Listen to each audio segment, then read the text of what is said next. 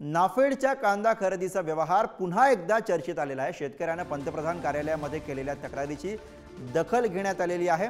नाफेडच्या कांदा खरेदीची विशेष पथकाकडून तपासणी करण्यात येणार आहे। नाफेडच्या कार्यालयासह शेतकऱ्यांच्या बांधावरती जाऊन पथकाकडून तपासणी करण्यात आली आहे। लासलगाव, पिंपळगाव, बसवंत इथल्या शेतकऱ्यांसोबत पथकाने चर्चा केलेली आहे।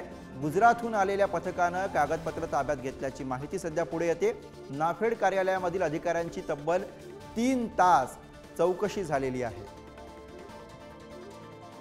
तर कांदा खरेदीचा व्यवहार पुन्हा एकदा चर्चेत आहे आणि याच विषयी आपण अधिक बोलूया। प्रतिनिधी किरण ताजणे आपल्याला चौकशीविषयी अधिक माहिती देतात। किरण, गुरु, आपल्याला माहिती की गेल्या काही दिवसांपासून नाफेड आणि एनसीसीएफनं जो कांदा खरेदी केलेला आहे तो सुरुवातीपासूनच वादातीत राहिलेला आहे आणि असं सर्व असताना शेतकऱ्यांच्या माध्यमातून अनेकदा तक्रारी करण्यात आलेल्या आहे आणि या तक्रारीची दखल आता पंतप्रधान कार्यालयाकडून घेण्यात आलेली आहे। एकूणच जर बघितलं तर नाशिक जिल्ह्यातून मोठ्या प्रमाणात कांदा हा परदेशामध्ये देखील पाठवला जातो, मोठ्या प्रमाणात उत्पादन घेतलं जातं आणि असं सर्व असताना नाफेड आणि एसएसएफच्या माध्यमातून जी खरेदी करण्यात आली 5 लाख मेट्रिक टन ही खरेदीच प्रत्यक्षात केली नाही अशा स्वरूपाचा शेतकऱ्यांचा आरोप होता आणि त्या अनुषंगाने ही तक्रार करण्यात आली होती। या तक्रारीची दखल घेऊन गुजरातचं पथक नाशिकला आलेलं होतं।